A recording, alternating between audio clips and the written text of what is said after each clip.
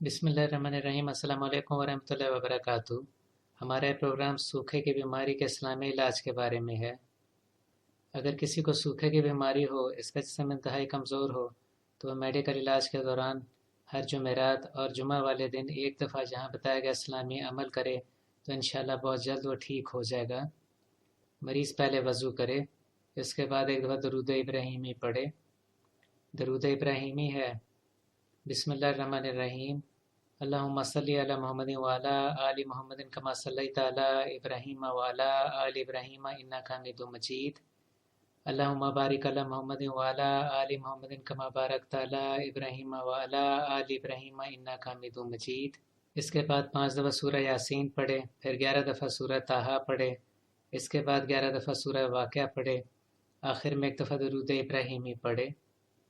इसे पीने के पानी पर दम कर ले। इस दम किए हुए पानी का कम से कम आधा गिलास रोज़ाना पी लिया करे।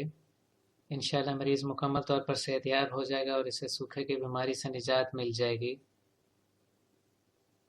अगर आपने अभी तक हमारे चैनल को सब्सक्राइब नहीं किया तो प्लीज़ सब्सक्राइब करें।